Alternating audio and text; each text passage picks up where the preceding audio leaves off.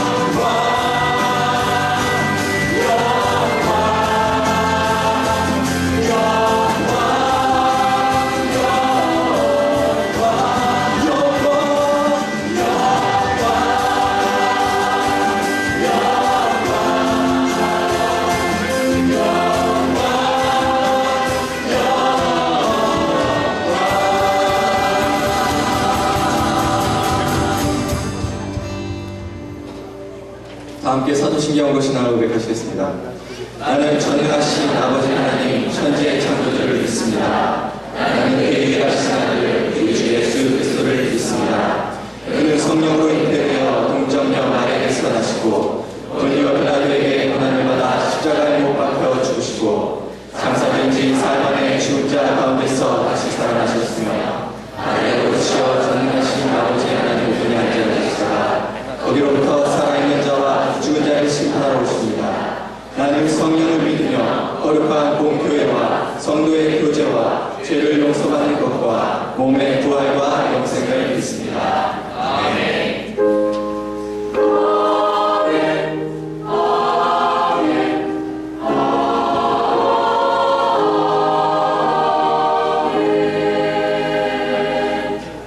자리에 앉으시겠습니다. 우리 이 시간 이 자리에 모인 것은 주님을 찬양하기 위해 모인 것입니다. 여러분 믿으십니까? 네. 우리 옆 사람과 먼저 인사해볼까요? 만나서 반갑습니다. 우리 시간 다시 한번 박수 칠 때에 나를 위해 이 땅에 오신 그 주님의 이름을 높이기 원합니다. 할렐루야.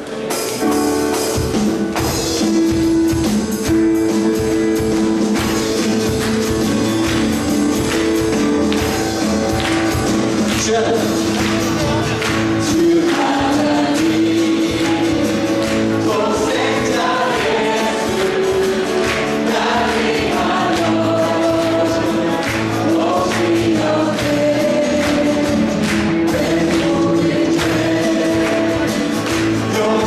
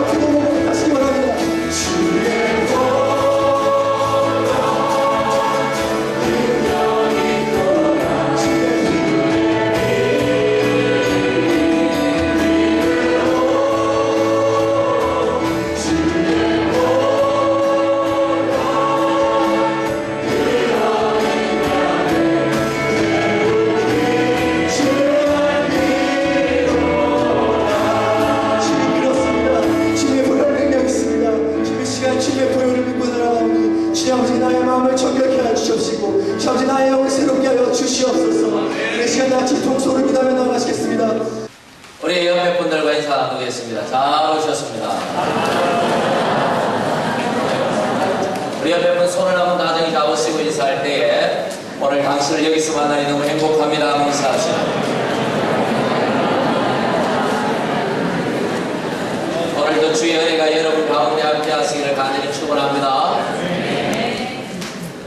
오늘 저는 이가봇과 에벤에셀이라는 제목으로 함께 은혜를 나누고자 합니다. 이가봇이라는 말은 하나님의 영광이 떠났다 이런 의미입니다.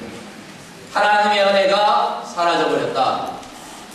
이가봇의 삶을 살아가는 사람들이 많이 있습니다. 하나님의 영광과는 상관없고 하나님의 은혜와는 관계없이 살아가는 많은 사람들이 있습니다. 오늘 이 자리에 앉아 계시는 여러분들은 어떤 삶을 살아갔습니까? 하나님 은혜 안에 머무는 삶을 살아가시기를 간절히 축복합니다. 이가봇이라는 말이 어디에 등장하느냐 하면 엘리 제사장 집안에 손자가 태어났는데 그의 아들 이름이 이가봇입니다. 그 당시에 이스라엘의 사사로 제사장으로 사역을 했던 이 엘리라는 사람이 있었는데 그는 영적으로 아주 어두운 사람이었습니다. 그에게 두 아들이 있었는데 홈니와 비느하스라는 아들이 하나님의 제사를 멸시하고 하나님을 숨기기보다는 하나님을 오히려 멸시하는 그런 아들들, 제사장임에도 불구하고 자기들의 소욕을 먼저 찾고 하나님을 무시하던 자들이었습니다. 하나님은 이런 제사장 집안의 죄악과 그리고 이 이스라엘의 죄를 그냥 두지 않으시고 심판하기로 작정하셨습니다. 그래서 이웃의 나라 블레셋을 이용하셔서 이스라엘을 침략했습니다. 이스라엘이 블레셋에게 패전하고 고통을 당했습니다. 이 홈니와 비느하스가 군대를 이끌고 하나님의 법궤까지 가지고 블레셋 군과 대항을 했지만 결국 법궤는 빼앗겨버리고 그리고 이 홈니와 비느하스는 전쟁터에서 죽고 말았습니다. 이 소식을 들은 늙은 제사장 엘리는 의자에서 넘어져서 목이 부러져서 죽어버렸습니다. 그리고 그의 며느리가 아기를 놓는데 그 소식을 듣고 아이를 낳았습니다. 그 아들 이름을 이가봇이라 이름을 짓고 하나님의 영광이 이 민족, 이 가문, 우리 가정에서 떠났구나 탄식하며 그도 죽어버리고 말았습니다. 여러분, 하나님의 영광이 떠났다, 하나님의 은혜가 떠나버렸다, 참으로 저주 가운데 저주가 아닐 수 없는 것이죠. 그런데 이 에벤에셀이라는 말은 이 이가봇이라는 단어와는 정반대의 의미를 가지고 있습니다. 하나님이 우리를 도와주셨다. 하나님께서 여기까지 우리를 도우셨다. 하나님의 은혜가 너무 크고 놀라워 하나님께 감사하며 찬양하는 단어가 에벤에셀이라는 단어입니다. 엘리 제사장이 몰락한 집안인 그 가문을 이어서 무명의 사무엘이라는 한 젊은 사람이 이 엘리 뒤를 이어서 제사장이 되고 사사가 되었습니다. 왕이 없던 시절에 이스라엘을 통치하던 재판관들입니다. 그래서 그의 뒤를 이어서 사사가 되었는데 이 사무엘이 가만히 보니까 하나님의 영광이 떠난 이 민족에게 소망이 없습니다. 하나님의 은혜가 떠나버린 이 민족에게 소망이 없다는 사실을 깨닫고 그는 이 이가봇 시대를 종식하고 에벤에셀의 시대를 열기 위하여 미스바 구원운동을 일으켰던 것입니다. 그래서 그가 온 백성을 미스바로 모이게 하고 거기에서 회개하며 하나님의 은혜를 구했는데 하나님께서 그 사무엘과 하나님을 찾는 이스라엘 민족을 생각하시사 블레셋으로부터 그들을 구원하시고 그들 위에 임하셔서 그들에게 은혜의 삶을 주셨더라. 그래서 그들이 너무 감사해서 승리의 그 자리에 한 기념비를 세웠는데, 비석을 세웠는데, 그 돌 이름이 에벤 에셀이라, 도움의 돌이라. 하나님께서 여기까지 우리를 도우셨다. 할렐루야. 여러분, 지옥이 어떤 곳입니까? 여러분, 지옥이 어떤 것일까요? 어떤 신학자는 말하기를 지옥은 이웃이 지옥이다, 이런 말을 했어요. 여러분, 이웃이 지옥이라. 여러분, 참 서글픈 이야기 아닙니까? 멀리 미운 사람이 저 한국에 있으면 무슨 상관이 있습니까? 안 보면 그만이지. 멀리 떨어져 살면 안 보면 그만이니까 마음의 괴로움이 덜해요. 그런데 딱 붙어있는 바로 옆집 사람하고 내하고 관계가 너무 틀어져서 쳐다보기도 싫고 한데 맨날 마주치지 않을 수 없고 보지 않을 수 없는 그 상황이 지옥이라고 어느 신학자는 표현을 했어요. 일리가 있는 말 같죠? 한 교회 다니면서 한 셀에 있으면서 함께 예배하면서 관계가 틀어지면 여기가 지옥이 되는 것입니다. 불이 타는 것이 지옥이 아니라 여러분, 정말 이런 관계의 문제가 생기면 그것이 지옥이 되어버려요. 여러분, 어떤 것이 천국일까요? 성경에 보면 천국은 12진주문이 있고 황금길이 있고 생명수 강이 흐르고, 여러분, 그런 것이 천국이라고 계시록은 설명하고 있지만, 여러분, 그런 곳이 천국이다. 뭐가 좋을까요? 많이 가진 사람에게는 천국은 별로 좋은 것이 안 되는 것입니다. 없는 사람에게는 좋은 것입니다. 제가 신학교를 다닐 때 어떤 교수님이, 한국 교수님이 설교를 하시면서 자기가 왜 천국이 좋은지를 고민을 했는데, 아무리 생각해봐도 천국이 좋은지를 모르겠는데 자기가 고등학교 2학년 때 일찍 깨달았어요. 왜 천국이 좋은지를 알았대요. 왜? 우리를 사랑하시는 우리 아버지 하나님이 계시는 곳이기 때문에 천국이 좋은 곳이다. 여러분, 사랑하는 사람들과 함께 가면 그것이 천국인 줄 믿으시기를 간절히 바랍니다. 이곳이 사랑하는 사람들이고, 이곳에 서로 사랑하고 서로 위로하고 서로 격려하고 서로 기도해 준다면 여러분, 여기가 천국인 것입니다.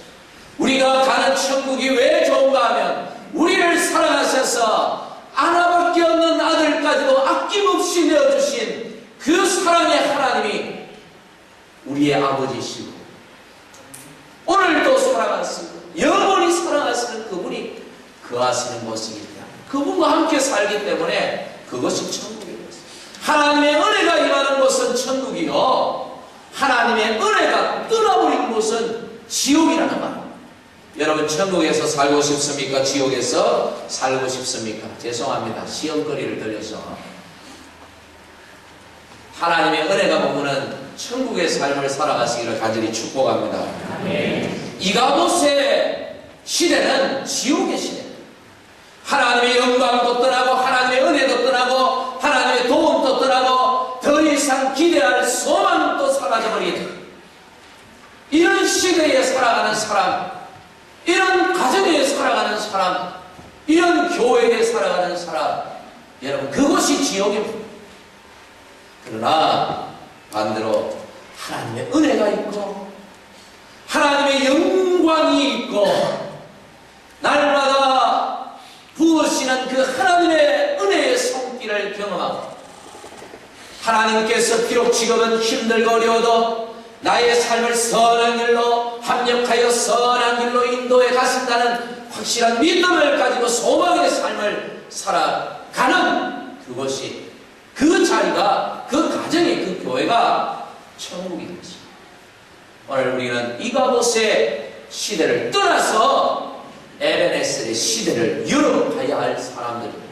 여러분, 믿으시고 오늘 이 말씀을 통하여 에벤에셀의 그 하나님의 은총을 여러분 소망하는 그런 시간이 되시기를 간절히 축복합니다. 여러분, 에벤에셀의 시대의 특징은요, 이 에벤에셀의 시대의 특징은 영적인 부흥이 앞서고 따라서 환경적인 축복이 따라왔다는 것입니다. 날마다 교회만 가면 뭐하냐? 기도만 하면 뭐하냐? 이렇게 영적인 복을 우습게 생각하는 분들이 가끔 있습니다. 그렇지 않습니다. 영적인 부흥이 일어나면 환경적인 축복은 따라오는 것입니다. 신령한 복을 구하면 하나님이 이 땅에 물질의 복도 따라주시는 것입니다. 그래서 예수님께서 마태복음 6장 33절에 뭐라고 말씀하셨습니까? 너희는 먼저 그의 나라와 그의 일을 구하라. 그리하면 이 모든 것, 물질적인 것, 모든 것 주겠다, 따라서 주겠다고 약속을 하신 것이죠. 여러분, 이가보 시대에 그들은 블레셋으로부터 고통을 당했습니다. 엄청난 시련을 겪었습니다. 역경의 삶을 살았습니다. 모든 것 다 빼앗겨버렸습니다. 은혜가 떠나고 하나님의 도우심이 떠나고 영적으로 쇠락하니까 환경적으로도 고통을 당할 수밖에 없었다라는 것입니다.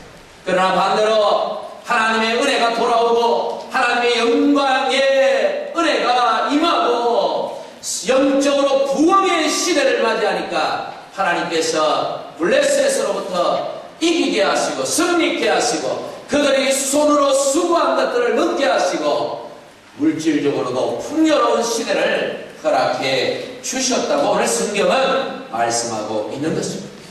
에베네셀의 축복, 에베네셀의 시대는 영적인 부흥과 따라서 환경적인 축복이 임하는 놀라운 은혜의 시대임을 여러분 기억하시기를 바랍니다. 오늘 우리는 이가봇의 시대를 떠나서 에베네셀의 시대를 열어가야 우리의 가정이, 우리의 교회가, 내가 살아가는 삶의 현장을 이가봇에서 에베네셀로 바꾸어가는 그런 놀라운 은혜의 하나님의 자녀들이 다 되시기를 주님의 이름으로 간절히 축복합니다. 어떻게 하면 그러면 이렇게 에베네셀의 시대로 바꿀 수 있는가? 시간 관계상 저는 네 가지만, 시간 관계를 해놓고 네 가지나 얘기하나 이렇게 생각할지 모르겠지만 제가 짧게 요약해서 네 가지만 여러분에게 말씀을 드리고자 합니다. 어떻게 하면 에베네셀의 시대를 열어갈 수 있을까? 그 비결이 무엇일까? 한번 따라하겠습니다. 첫째, 회개. 여러분, 첫째로 회개. 두 번째는 1달러 끝난 게 아닙니다. 조금 이따가 설명하겠습니다. 두 번째는 기도. 세 번째는 함께 모여 은혜의 자리로 모이는 것입니다. 함께 은혜의 자리로 나오는 것입니다. 그리고 마지막 네 번째는 하나님한테 헌신하는 것입니다. 첫째는 무엇이라고요? 회개. 두 번째는 기도. 세 번째는 은혜의 자리로 나오는 것입니다. 네 번째는 헌신. 여러분 이 네 가지 단어를 머릿속에 넣으십시오. 마음의 돌판에 새기십시오. 먼저 우리는 죄를 회개해야 합니다. 하나님은 우리들에게 에베네셀의 시대를 열어주고 싶어도 우리가 하나님을 떠나 있다면 하나님의 도우심을 절대로 받을 수가 없는 것입니다. 하나님이 우리를 돕고 싶고 우리에게 은혜를 베풀고 싶고 우리에게 역사하고 싶지만 우리가 하나님과 멀어져 있고 우리가 하나님의 은혜를 구하지 않고 우리가 하나님이 싫어하는 삶을 살아가면 누릴 수 없다는 얘기입니다. 에스겔 36장에 하나님은 이스라엘 백성들을 위하여 좋은 것들을 예비해 두셨지만 그래도 너희가 구해야 주리라. 여러분 그냥 주시는 은혜가 아니라는 말입니다. 이사야 59장 1절 2절에 우리 같이 한번 다 함께 말씀을 읽어보도록 하겠습니다. 시작. 여호와의 손이 짧아 구원하지 못하신 도 아니요 귀가 둔하여 듣지 못하신 도 아니요 오직 너희 죄악이 너희와 너희 하나님 사이를 갈라놓아 너희 죄가 너희 얼굴을 가리어서 너희에게서 듣지 않게 여러분 구해도 듣지 아니하시고 찾아도 만나주지 아니하시고 요청해도 부어주시지 아니하신다면 누릴 수가 없는 것입니다. 여러분 안에 하나님과 여러분 사이에 막혀져 있는 담이 없습니다. 죄가 없습니다. 3절의 사무엘은 이스라엘 백성들에게 만일 너희가 전심으로 여호와께 돌아오려거든 이방신들과 아스타로스를 너희 중에서 제거하고 너희 마음을 여호와께로 향하여 그만을 섬기라. 그리하면 너희를 블레셋 사람의 손에서 건져내시리라. 여러분, 에베네셀의 시대를 살려면 하나님과의 관계에서 막힌 것들, 하나님과의 관계에 방해가 되는 것들을 제거하고 전심을 다하여 하나님께로 나와야 하는 것입니다. 사전에 보니까 이스라엘 백성들이 사무엘 말대로 우상을 제거하고 하나님께로 나옵니다. 미스바로 나옵니다. 그리고 회개하고 종일 금식하며 하나님, 우리가 하나님께 범죄했습니다. 자복합니다. 여러분, 우리도 우리 안에 하나님과 관계를 멀게 하는 죄를 회개해야 합니다. 어떤 죄를 회개해야 하겠습니까? 골로새 3장 5절에 보니까 땅에 있는 지체를 죽이라. 땅에 있는 지체가 5가지가 있는데 그 중에 5가지가 뭐라고요? 첫째는 음란과 부정과 사욕과 악한 정욕과 탐심이라. 이 탐심은 우상 숭배라. 하나님이 가장 싫어하는 우상 숭배라 있어요. 여러분, 이 5가지를 곰곰이 면면히 살펴보십시오. 전부 무엇입니까? 욕심입니다. 내 마음의 욕심이 하나님과의 관계를 해방하고 무너뜨린다, 가로막아버린다라는 것입니다. 물질에 대한 욕심이 하나님을 섬기는 데 방해가 됩니다. 명예에 대한 욕심이 하나님을 섬기는 데 방해가 됩니다. 여러분, 사람에 대한 욕심들이 하나님을 섬기는 데 방해가 됩니다. 그 욕심, 집착이라고 합니다. 집착. 1천사장 루시퍼가 왜 타락을 했습니까? 하나님처럼 되려고 하는 욕심부리다가 타락했습니다. 인류의 조상인 아담과 하와가 왜 범죄했습니까? 왜 죄가 이 땅에 들어왔습니까? 욕심부리다가 들어왔습니다. 우리 안에 있는 욕심을 버리고 욕심으로 가득한 우리의 인생을 하나님 앞에 내려놓고 하나님의 은혜로 살아가려고 했어요. 왜 욕심부린지 아십니까? 믿음이 부족해서 욕심을 부리는 거예요. 왜 내가 돈을 많이 가져야겠다고 욕심을 부립니까? 어떻게 될지 모르니까, 내 인생이 앞으로 어떻게 될지 모르니까, 내 노후가 앞으로 어떻게 될지 모르니까, 나를 선하게 인도하시는 하나님을 의지하지 못하니까, 나의 삶을 합력하여 선한 길로 인도해 주시겠다는 그 하나님을 믿지 못하니까 자꾸 욕심을 부립니다. 여러분, 욕심에 반대는 믿음, 믿음에 반대는 욕심. 욕심이 여러분 안에 있습니까? 믿음이 없는 사람. 욕심을 내려놓을 때 우리 안에 참 믿음이 있습니다. 그때 하나님의 참 은혜가 우리 가운데 임하게 될 줄 믿습니다. 두 번째로 부르짖어 기도해야 합니다. 이스라엘 백성들은 20년 동안 이가봇의 시대를 살았습니다. 하나님 은혜 없이, 하나님의 도움 없이 살았습니다. 그러다가 그들이 하나님께로 나옵니다. 이전에 보니까 이스라엘 백성들이 여호와를 사모했다라고 했어요. 이 사모했다라는, 이 사모라는, 이 샤마다라는 이 히브리 단어는 울었다라는 거예요. 울부짖었다 이런 말. 그냥 사모했다는 말이 아니라 하나님 앞에 나와서 20년의 그 고통의 시간들, 그 억울한 시간들, 하나님 없이, 은혜 없이 살았던 그 피곤한 삶을 하나님 앞에 나와가지고 울었다. 하나님 도와달라고. 하나님 도와달라고. 이제는 자기 힘으로 안 되니까 하나님 도와달라고. 문제가 있습니까? 우십시오. 하나님은 상한 심령, 애통하는 심령을 기대하신다 그랬어요. 그들에게 은혜를 베푸신다 그랬어요. 문제가 있는데도 기도의 자리로 나오지 않는다. 여러분, 하나님의 은혜가 임하지 않는 것입니다. 5절에 사무엘이 내가 너희를 위하여 여호와께 기도하리라 그렇게 약속합니다. 그리고 이 이스라엘 백성들이 어려움이 있을 때 사무엘 선지자에게 기도를 부탁합니다. 그리고 사무엘이 하나님께 기도했더니 9절에 하나님께서 응답하시고 그들에게 구원의 복을 허락해 주셨습니다. 여러분, 이 미국의 전 대통령인 레이건 대통령이 그의 영부인인 이 낸시 여사가 암에 걸렸대요. 미국 대통령 하면 지금도 그렇잖아요. 전 세계에서 가장 힘 있는 사람. 가장 영향력 있고 가장 힘 있는 사람, 좋은 쪽이든 나쁜 쪽이든 가장 힘 있는 사람 하면 미국 대통령인데, 이 미국 대통령의 자리에 앉아 있었는데 그의 아내가 암에 걸리니까 자기가 할 수 있는 일이 아무것도 없더라. 그래서 이런 말을 했습니다. 미국 대통령에도 불구하고 나는 정말 무력하기 짝이 없었습니다. 정말 나는 겸손할 수밖에 없었습니다. 내가 할 수 있는 일이라고는 기도뿐이었습니다. 그리고 나는 몇 주 동안 정말 아들을 위해 간절히 기도했습니다. 여러분이 할 수 있는 일이 무엇입니까? 여러분이 많이 뭔가를 할 수 있다고 생각하십니까? 이미 와서 내가 한번 잘 살 수 있다고 여러분 생각하십니까? 한번 멋지게 남들이 다 부러워할 만큼 성공할 수 있다고 여러분 생각하십니까?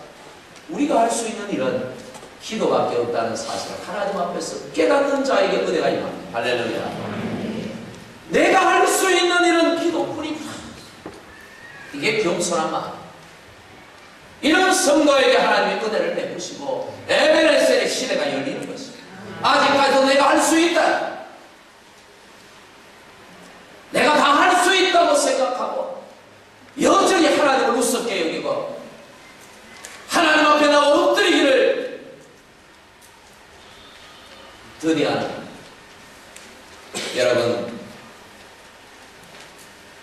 오늘 이 레이건 대통령의 이런 그의 고백을 마음에 새겨보십시오. 우리가 할 수 있는 일은, 내가 할 수 있는 일이라고는 기도뿐이었다. 세 번째로 은혜의 장소로 모여야 합니다. 5절에 사무엘이 이스라엘 온 백성을 미스바로 모이게 했습니다. 여러분, 말세의 특징 중에 하나가 뭔지 압니까? 히브리서 10장 25절 우리 같이 한번 읽어볼까요? 시작. 모이기를 하는 어떤 사람들이 습관과 같이 하지 말고 오직 권하여 그날이 가까움을 더욱 그리하자. 말세의 특징 중에 가장 두드러지는 특징 중에 하나는 모이기를 싫어한다. 주일 낮 예배 한 번 오기도 힘든 분들이 많이 있습니다. 말세라습니다. 세일 모임은 너무 힘들어 가기가 어려운 분들이 있어요. 말세라습니다. 기도의 자리는 꿈도 못 꿉니다. 말세니까. 그런 거에 말세일수록, 종말 때일수록, 세상이 악하면 악할수록, 바쁘면 바쁠수록 모이기를 힘쓰라고 성경은 가르칩니다. 왜? 거기에 은혜가 있고 거기에 에베레셀에 하나님의 은혜의 역사가 있기 때문입니다. 할렐루야. 여러분, 미스바라는 곳은요, 이 해발 880m 정도 되는 아주 높은 산이, 우리나라의 대관령이 832m인데 대관령보다도 더 50m나 높은 곳입니다. 이스라엘 땅은 해수면보다 낮은 땅들도 있어요. 요즘처럼 차를 가지고 가는 것도 아니고 걸어갑니다. 전국에서 그곳으로 모입니다. 여러분, 대관령 올라가 보신 분들 있습니까? 걸어서 다 차 타고 올라가셨죠. 차 타고 저는 구경만 했습니다. 여러분, 모이기 쉬운 곳이 아니에요. 이 중에 올라가다가 쓰러질 남자들 많이 있어요. 여자분들은 말할 것도 없고, 그럼에도 그 자리로 올라오라고. 이게 엄청난 결단이 필요한 것입니다. 하나님이 아니면 안 된다는 그런 엄청난 결단이, 신앙의 결단이 요구되는 것입니다. 여러분, 이곳에 은혜가 임하는 것입니다. 주일 예배 나오는 거 쉽지 않지요? 목요 집회는 더더욱 어렵지. 새 예배는 생각하기도 싫습니다. 여러분, 모이십시오. 자꾸 모여야 돼요. 이런 거 있으면 자꾸 와야 돼요.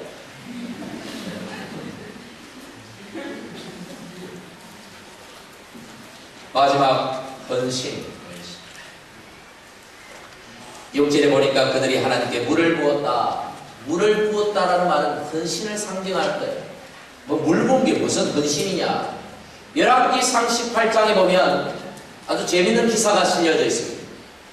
엘리야 선지자가 갈멜산이라는 높은 산에서 바알 선지자 400인과 아스라 선지자 450인 중 우상을 섬기는 850명의 그들 우상 숭배자들 제사장들과 기도 대결을 벌였습니다. 그래서 제단을 꾸며놓고 기도를 해서 불을 내려주는 신이 참신이다.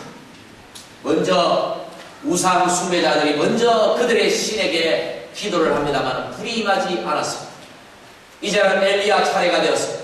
엘리야가 무너진 제단을 수축하고 그리고 거기에 나무를 올리고 거기에 제물을 닭을 떠서 올리고 난 다음에 그 다음에 도랑을 팠습니다. 그 제단 주변으로. 그리고 거기 도랑에다가 뭘 부었느냐면 4통씩 3번 총 몇 통? 12통의 물을 부었습니다. 여러분 산꼭대기에서 물 구하기 쉽겠습니까? 그리고 이스라엘 나라 자체가 물 구하기 쉬운 나라가 아니.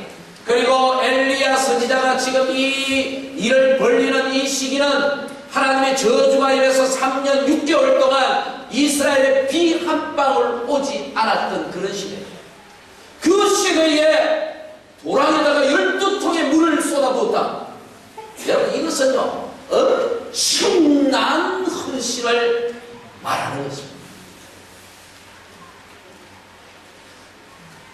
여러분 이가봇의 시대에는 헌신이 없었습니다. 엘리 제사장 시대 때는 헌신이 없었습니다. 오히려 제사장 신분을 이용하여 오히려 그 직분을 이용하여 자기들의 욕심을 채우고 자기들의 삶을 하나님보다 더 중요시했습니다. 그러나 에벤에셀의 시대는 달랐습니다. 여러분 에벤에셀의 시대가 그냥 온다고 생각하면 착각입니다. 뭐 좀 열심히 하면 온다고 생각하면 착각입니다.